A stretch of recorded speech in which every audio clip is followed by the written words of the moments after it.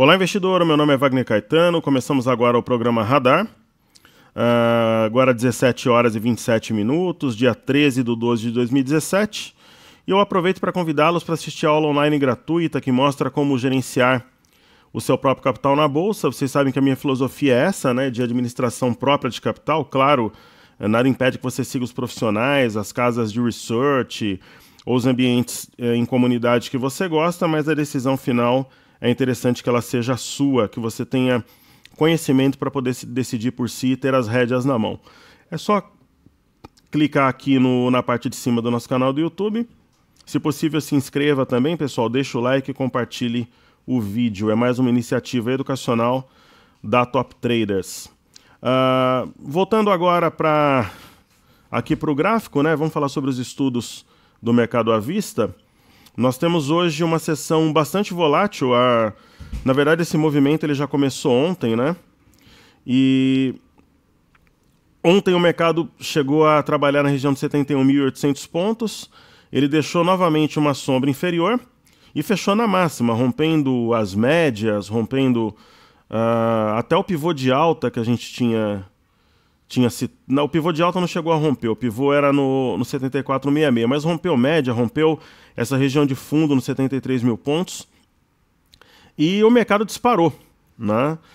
Disparou dando a impressão que teríamos um rally de final de ano aí pela frente, talvez alguma coisa até essa linha de retorno aqui que une a região de topos do mês de novembro, a qual foi tocada algumas vezes. O mercado abriu subindo, chegou a romper o pivô no intraday, 74,66. Eu até falava no cenário em texto, aquele informe que eu passo no período da manhã, que o grande desafio era o mercado permanecer acima de 74,66 e até aqui dos 74 mil pontos. Estupidamente o mercado veio caindo durante o dia. Houve alta de juros nos Estados Unidos, mas era algo já previsível, que eu acredito que da mesma forma ontem o fato de ter sido marcado o julgamento do ex-presidente Lula elevou as cotações. Hoje o Romero Jucá, aí, que é um líder do governo, acabou de falar que a reforma só vai ser votada em fevereiro, que está conversado e o mercado mergulhou. Pessoal, o que eu particularmente acho daqui para frente? Eu acho que a reforma, o fato dela ser votada em fevereiro, tem um ponto bom e um ruim. Um ponto bom é que o governo deve ter até uma margem de erro em relação aos votos para aprovar, mas eu não sei até que ponto as eleições vão impactar nessa votação da reforma. Se ela fosse votada agora, ela seria reprovada. Então, pior seria colocar para votar semana que vem e saber que ela seria reprovada. Dificilmente esse assunto viria à tona, essa pauta seria aprovada posteriormente, algo muito importante para o país. Então, eu acho que há um remédio amargo, mas eu acho que o mercado não vai cair por causa disso. Eu acho que esse momento, por exemplo, do Ibovespa, a minha visão particular é que é oportunidade. O mercado, ele tentou, nós temos aqui um ombro, cabeça, ombro invertido, temos um pivô, temos um triângulo. O mercado tentou na primeira batida e não conseguiu. Eu acho que ele vai pelo menos continuar tentando mais alguns pregões. Então eu vejo o momento como oportunidade. Ok? Então essa aqui é a minha visão para o Ibovespa. Pessoal, o mercado futuro, eu vou falar do dólar aqui primeiro, né? O dólar, naturalmente, no cenário de turbulência, ele sobe, né? Eu comentava que acima de 3,298 é compra. Ele simplesmente veio hoje nesse ponto, 3,293 e está 3,232. Então, para quem comprou aqui, eu sei que tinha muita gente esperando voltar aqui para comprar, eu acho interessante vender aqui, pelo menos uma parte, né? Uma boa parte do dólar vender na região de 3,330, 3,335, que é uma região que ele chegou a bater no pregão 3,340 e 500, bateu ontem, hoje 3,337, então eu teria vendido já pelo menos uns 70% da minha posição, porque o dólar está nessa movimentação errática.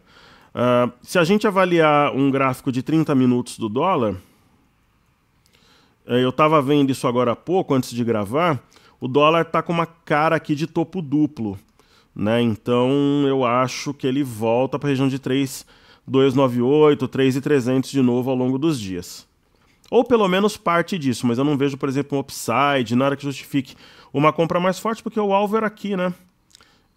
Eu tirei esse alvo do 3,3 33 simplesmente daqui. Era um patamar bem manjado assim para o dólar buscar. Ele foi lá, buscou, e eu sempre gosto de zerar tudo ou quase tudo nos objetivos.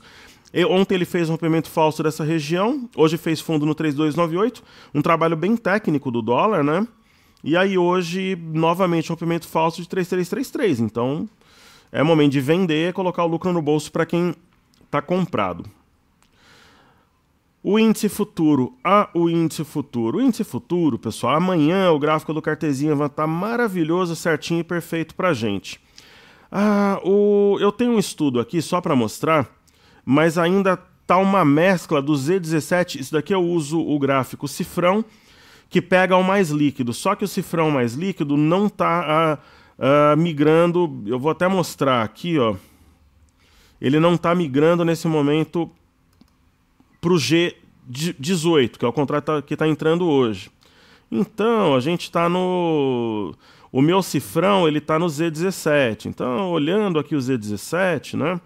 Que é o contrato que já venceu, que já era hoje, só para poder fazer um estudo de referência aqui. Esse contrato que venceu hoje, essa linha aqui é a neckline e a LTB do triângulo, né? O mercado rompeu e voltou, só que ele está acima das médias. Então ele mantém ainda uma inclinação que deve privilegiar a compra. Então esse tipo de correção é oportunidade.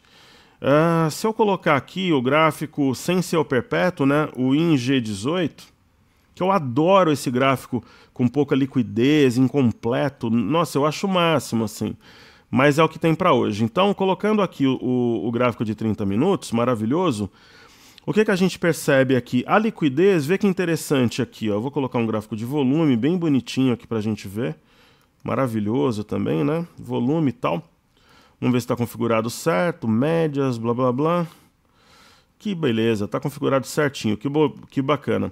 Então a gente vê aqui que o volume, por exemplo, ontem não tinha praticamente volume, né? É no dia que ele entra no jogo que o volume migra pro G18. Então o Z17 já era. Agora a operação é no IN Gato 18, IN G18. E ele está numa região aqui sugerindo isso, ó. Então para quem está de fora, por exemplo, ou para quem está meia boca aí, comprou 1/3 da posição, é oportunidade de comprar. Né? Oportunidade de você ir lá e atuar. Deixa eu só ver aqui. É oportunidade de você ir lá e atuar na compra.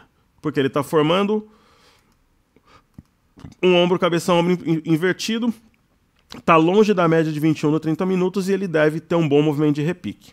Ok? Então esse ponto para mim, simplesmente esse contrato bateu hoje 76 mil pontos e agora está 73.660. Oportunidade de compra. Né? Ele fez um movimento aqui de um topo duplo, veio no objetivo que era essa região de 73.240, pessoal, e aqui é compra. Né? Então eu vejo como oportunidade. Eu não acho, por exemplo, que a reforma vai derrubar o mercado. Eu acho que a oportunidade, principalmente com esse desconto, de atuar na ponta compradora. Certo? Falando do BOVA11, nós temos aqui o estudo diário, né? O BOVA11, parecido com o Ibovespa, ele ontem disparou, ele rompeu a região das médias de 5,21, rompeu essa linha aqui, além de ser a neckline, é a reta pescoço do ombro, cabeção, ombro invertido, só que ele voltou. Eu acredito que seja oportunidade, é uma opinião minha. Eu não acho, por exemplo, que a reforma é uma surpresa para o mercado, alguma coisa nesse sentido. Então eu acho que esse ponto, esse momento, a oportunidade de compra, eu acho que o mercado vai, apesar de ser um pregão de queda, a mínima e a máxima estão acima de ontem. Então eu vejo essa correção como chance de quem está de fora entrar ou quem precisa completar a posição, fazê-lo para pegar o movimento de alta posterior. Ok? A inclinação, para mim, dos topos e fundos ascendentes, ela é altista, então é nesse sentido que eu acredito. Não vai ser uma alta fácil, isso eu venho falando já há um bom tempo, né?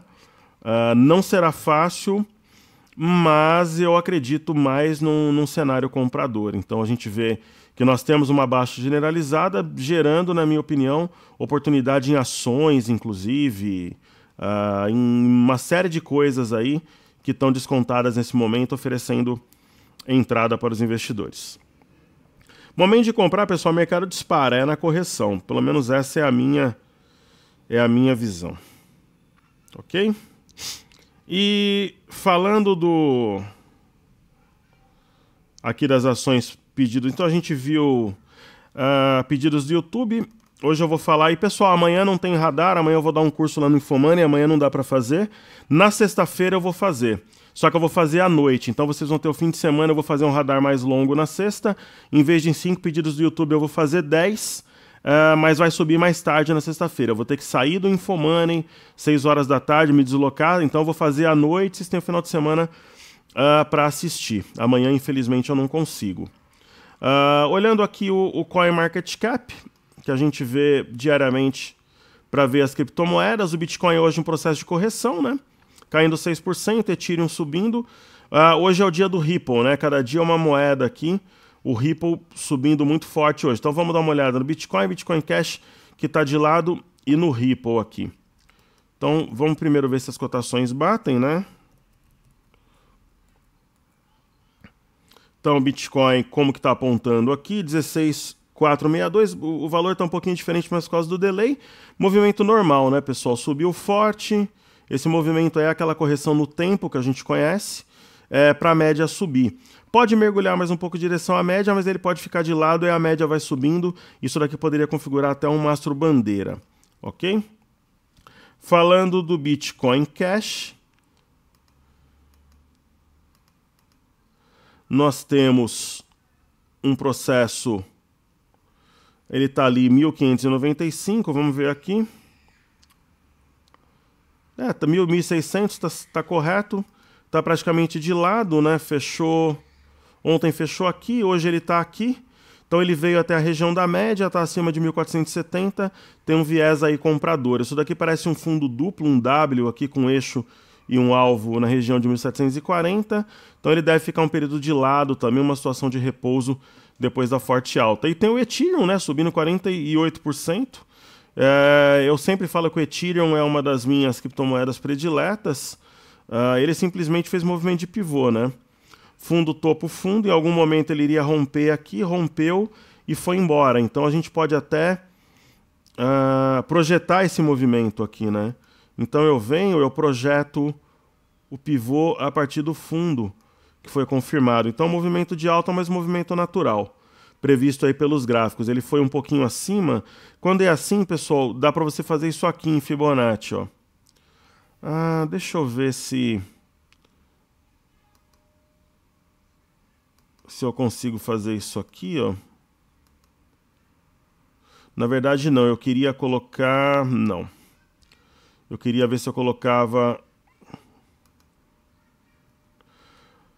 a projeção de... Então são 5 linhas mesmo.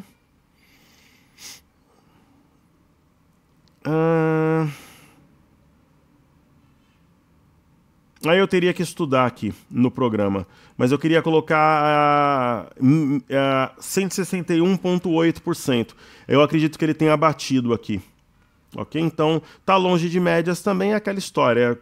Primeiro sinal, ele deve entrar num processo de correção. Certo? E aí eu vou para os pedidos do YouTube. Ok? Primeiro aqui é Magazine Luiza. Hoje, pessoal, via de regra, as ações elas vão estar dando oportunidade dentro de um processo de correção. Aí vai de quem acredita no movimento mais comprador para comprar, para quem não acredita não vale a pena. Então a Magazine Luiza disparou. Ela fez um movimento de mastro bandeira aqui, não deixa de ser um pivô, e ela tende a, de repente, se aproximar aqui de 68, porque ela fez um movimento bastante esticado, mas não está tão longe da média.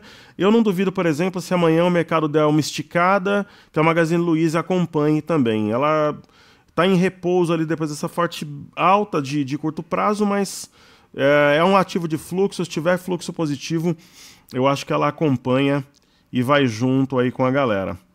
Falando da WIS3, que é a antiga Par Corretora, né?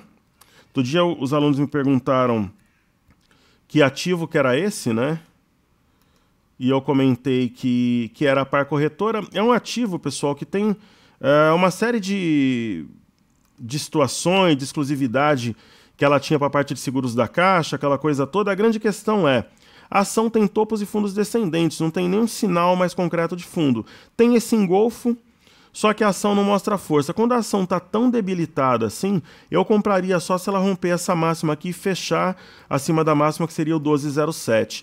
Ela acionaria um pivô e fecharia acima da cabeça do pivô. Seria um setup meu para esse papel. Falando de uma ação que o pessoal já pediu algumas vezes aqui também, que é Transmissão Paulista, depois tem Embraer também, que já foi pedido algumas vezes. TRPL4. É um ativo que, como as ações do setor elétrico como um todo, vieram muito depreciadas, judiadas, e elas formam duas coisas que eu acho interessante. Primeiro, uma figura simétrica grande que está presente em vários papéis.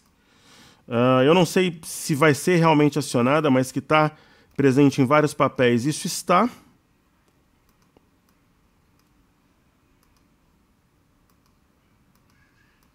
Né? Em vários papéis. Seria um ombro, cabeça, ombro invertido. Grande, macro, assim, para médio prazo. E vamos ver aqui.